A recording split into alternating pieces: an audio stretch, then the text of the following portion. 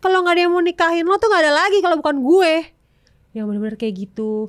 Tapi tuh emang si orang toksik tuh emang separah itu sih, ngebunuh karakter dan dan apa ya istilahnya kayak dibikin down, nggak berharga. Kamu berharga cuma sama saya, kamu bahagia cuma sama saya. Kamu tuh nggak pinter.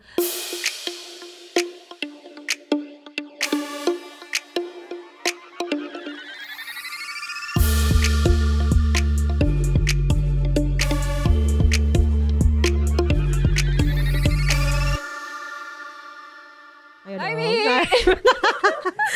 militan.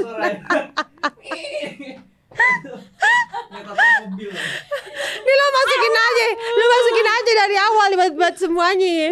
Aduh. Diam lu, Ayo. Hai Mi. Hai Tan, hai militan. Ya ampun, sampai ulang 3 kali. 3 kali. Ini gue habis itu dapat gelas dari Nuvo sama piring dari Rinso.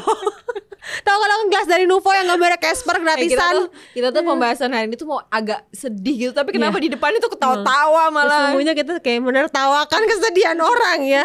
Iya lo jadi kayak gitu, jadi kita harus sedih. Jadi kita harus sedih. Kesannya kayak gitu. Kita harus sedih. Kita harus tenang gitu ya kan. Itu jadi lagi bahas tentang series gitu di Disney Hotstar, namanya Yang Hilang Dari Cinta.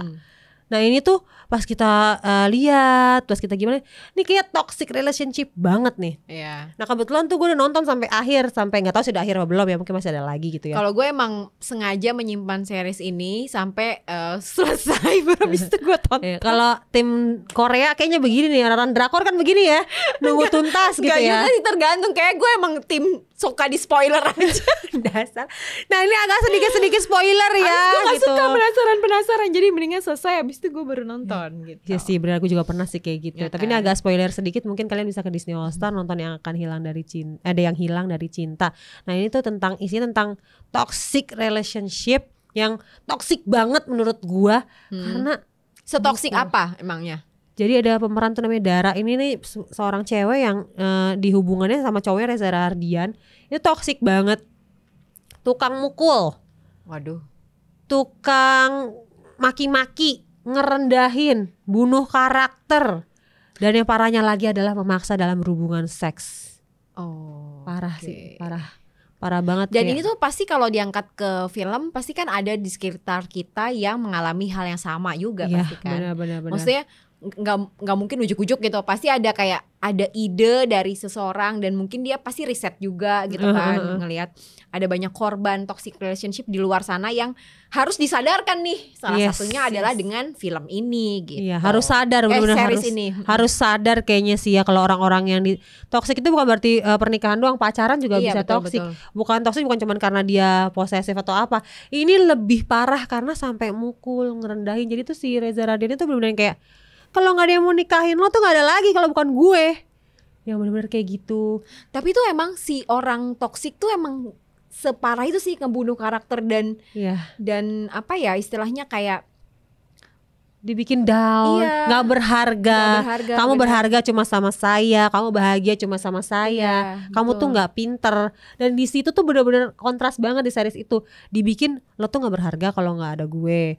Lo tuh nggak pinter kalau nggak ada gue. Padahal sesungguhnya dia pinter, padahal sesungguhnya dia orang yang ceria, sesungguhnya dia orang yang baik, tapi bisa jadi yang aneh karena dibunuh karakternya tuh. Nggak ada yang mau sama lo selain gue.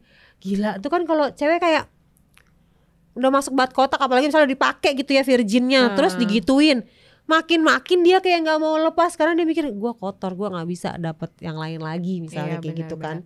Tapi emang di pengamatan gue dan di sekitar lingkungan pertemanan gue juga ya, perempuan korban toxic relationship tuh rata-rata gitu sih, jadi minderan, terus jadi menarik diri dari lingkungannya gitu, terus kayak apa ya, nggak percaya diri pasti gitu kan. Terus kayak seolah-olah tuh kalau nggak sama si pasangannya yang toksik ini tuh kayak dia tuh kayak nggak berharga, nggak mampu gitu loh. Iya benar-benar kayak dia jadi nggak percaya diri sama dirinya, jadi nggak mengenal dirinya sendiri. Benar-benar jadi kayak dia nggak ada tujuannya selain sama ya udah sama dia aja, dia yang bikin bahagia gue, dia yang cuma mau sama gue, nggak ada lagi yang mau sama gue. Padahal sesungguhnya ya ada orang yang lebih mempercayai lo, suka sama potensi lo baik, dan lo nggak pantas dipukulin atau dilakuin seperti itu. Ya tapi maksud gue separah apapun lo gitu.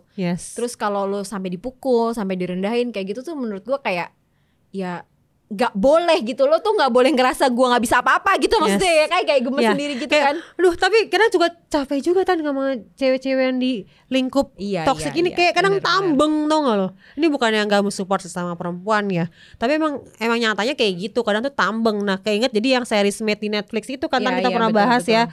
Jadi orang-orang yang korban dipukul-pukulin sama pasangannya tuh kayak ditaruh di sebuah apartemen panti asuhan. Panti gitu ya. Ya tempat rehabilitasi orang-orang yang dipukulin biar mentalnya bagus, nggak boleh megang handphone, dijauhin dari lingkungan yang lain, biar dia sadar, dia netral. Karena rata-rata kalau kata penjaganya orang-orang yang dipukulin itu akan sadar setelah 16 kali jadi korban. Tapi masa iya harus nunggu sampai 16 kali ya baru lo sadar? Ya kalau cuman dicubit-cubit, lalu kalau digebukin sampai biru-biru masa tunggu sampai mati lo masuk rumah sakit? Tapi lo kan udah nonton seriesnya sampai habis nih ya, si film tadi itu, apa sih series tadi itu. Nah, yang paling lo bikin gregetan banget tuh apa?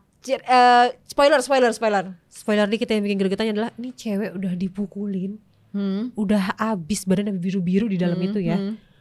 Dia balik lagi ke cowok itu, goblok banget sumpah.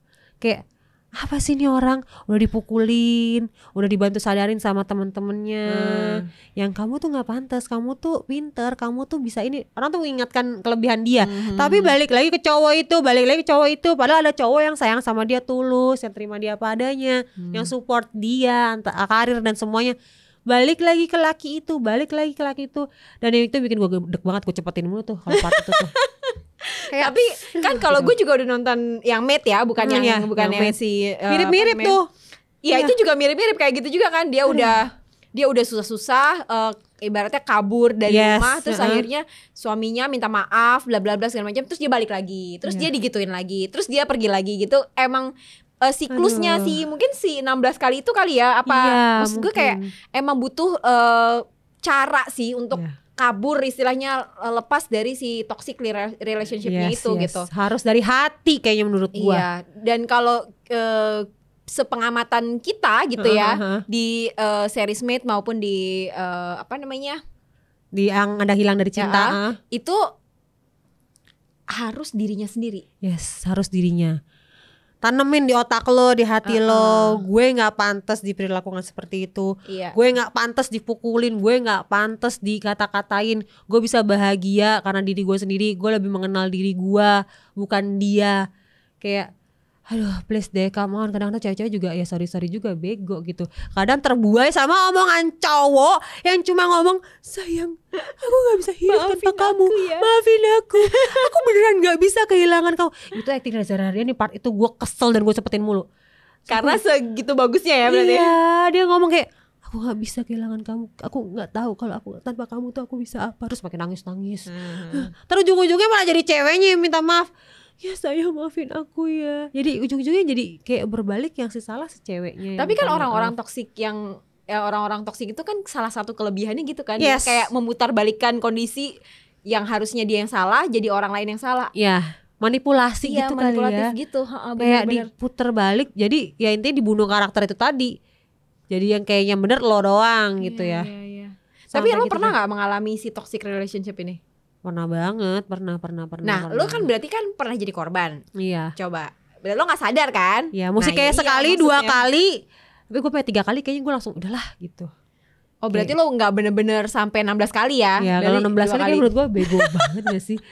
Tapi mungkin kayak udah terjebak juga sama si. Biasanya kalau yang terjebak ini pernikahan yang istrinya nggak punya duit, nggak punya orang tua, kadang yatim piatu, terpaksa bertahan di toksik itu karena dia mungkin mikir anak-anaknya, nggak sekolah dari mana duitnya, bertahan karena duit. Itu biasanya teman-teman gue kayak gitu gue kasih tips tuh.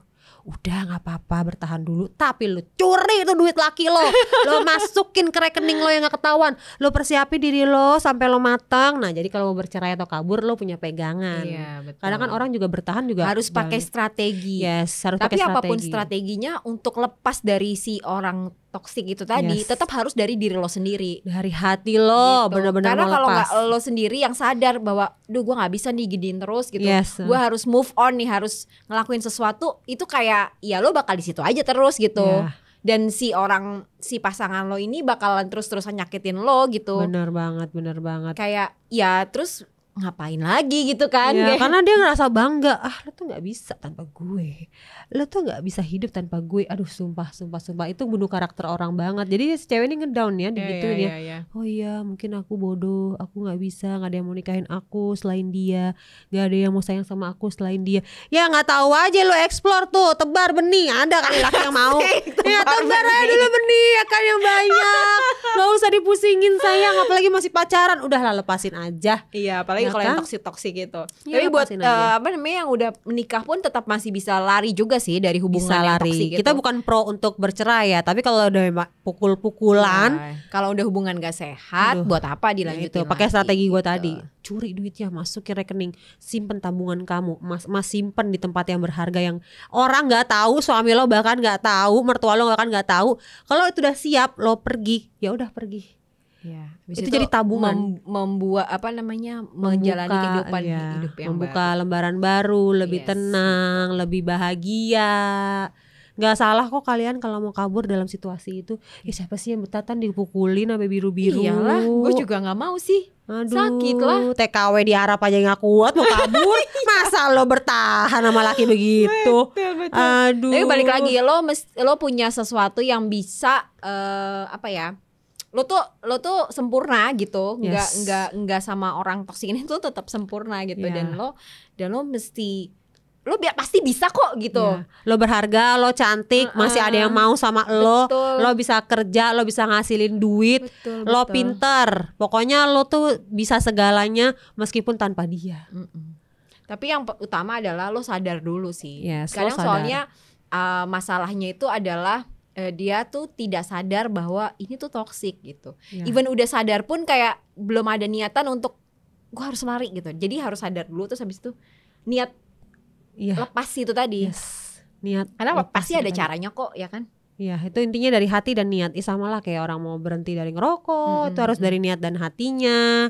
Kayak orang mau berhenti minum, orang mau berhenti drugs, atau mungkin orang mau berhenti ngutil gitu, nyuri-nyuri gitu, klepto, itu kan mesti dari hati. Selain mungkin kalau memang butuh bantuan dari orang profesional juga kali ya, kalau mungkin nggak bisa keluar sendiri. Dan kalau ngerasa lo nggak bisa sendiri ya butuh bantuan itu, cari bantuan, cari support system yang emang. Sekarang tuh udah enak banget loh, kayak ke psikolog atau psikiater tuh sekarang udah bisa di cover sama BPJS juga. Udah gitu kita juga kalau misalnya malu ketemu sama orang, kita bisa pakai online untuk komunikasi sama psikolog pernikahan biasanya tuh.